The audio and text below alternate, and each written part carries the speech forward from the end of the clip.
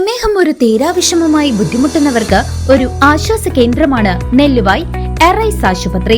പ്രമേഹ ചികിത്സയിലും പ്രമേഹം മൂലമുള്ള കാൽപാദങ്ങളിലെ മുറിവ് ചികിത്സിക്കുന്നതിലും തന്റെ വൈദഗ്ധ്യം തെളിയിച്ച ഡോക്ടർ പ്രേംലാൽ ഇപ്പോൾ നെല്ലുവായ് എറൈസ് ഹോസ്പിറ്റലിൽ തിങ്കൾ മുതൽ ശനി വരെ രോഗികളെ പരിശോധിക്കുന്നു. Arise medical centre, Devaki complex building, Nelluvai.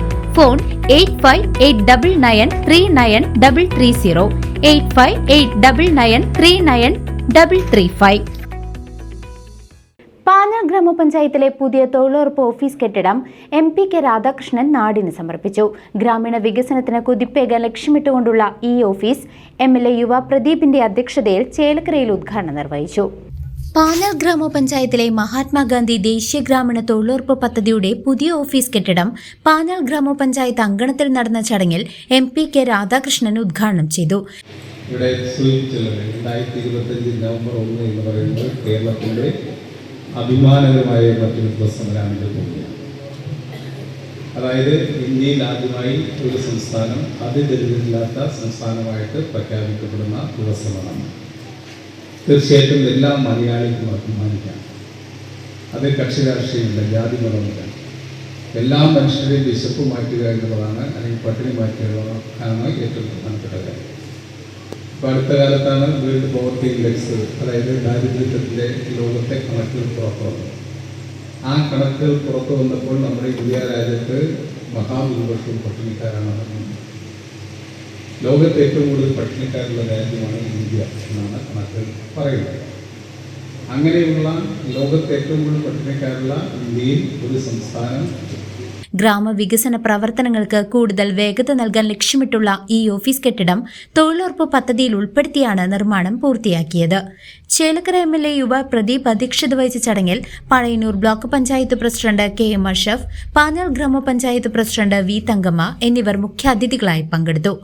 Panjal ഗ്രാമപഞ്ചായത്ത് വൈസ് പ്രസിഡന്റ് P കൃഷ്ണൻകുട്ടി സ്വാഗതം ആശംസിച്ചു. പാഞ്ഞാൾ പഞ്ചായത്ത് അക്രഡിറ്റഡ് എഞ്ചിനീയർ മുഹമ്മദ് റാഫി നിർമ്മാണ റിപ്പോർട്ട് അവതരിപ്പിച്ചു.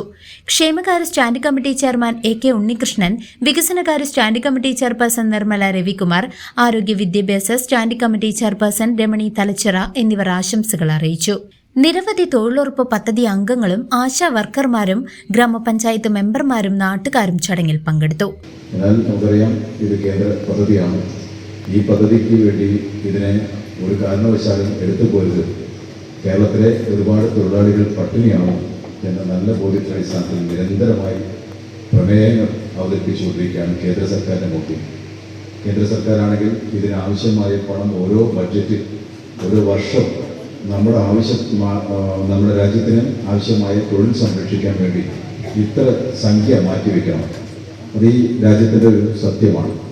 അങ്ങനെ മാറ്റിവെച്ചാൽ മാത്രമാണ് ഒരു കൊല്ലം നമുക്ക് ആവശ്യമായി പ്രവർത്തിക്കാൻ വേണ്ടി. ഇപ്പോൾ ഗ്രാമപഞ്ചായത്തിൽ ബഡ്ജറ്റ് അവതരിപ്പിക്കാറുണ്ട്. കാർഷിക മേഖല, സ്ത്രീകൾക്കും കുട്ടികൾക്കും, അങ്ങനെ ഓരോ മേഖല തിരിച്ചാൽ പണം മാറ്റിവെച്ചാൽ ആ കൊല്ലം ചെലവഴിക്കാൻ വേണ്ടി അതിനുള്ള പണം എടുത്തിട്ടാണ് പദ്ധതികളാക്കി നമുക്ക് വിവിധ പദ്ധതികൾ സ്ത്രീകൾക്കും കുട്ടികൾക്കും, അംഗൻവാടി മേഖലയിൽ, തൊഴിൽ, പൊതുമരാമത്ത്, കാർഷിക മേഖല, അങ്ങനെ നേരത്തെ കൂട്ടി പണം മാറ്റിവെച്ച് അംഗീകാരം കിട്ടിയാൽ മാത്രമാണ് ആ പണം എടുത്ത് പദ്ധതി ഉണ്ടാക്കാൻ പറ്റും. ഇത് തന്നെയാണ് രാജ്യത്ത് ഗവൺമെന്റ് ചെയ്യുന്നത്. മുൻകൂട്ടി ഓരോ മേഖലയിലും പണം മാറ്റിവെക്കുന്ന കൂട്ടത്തിൽ. CCV news, Panjal.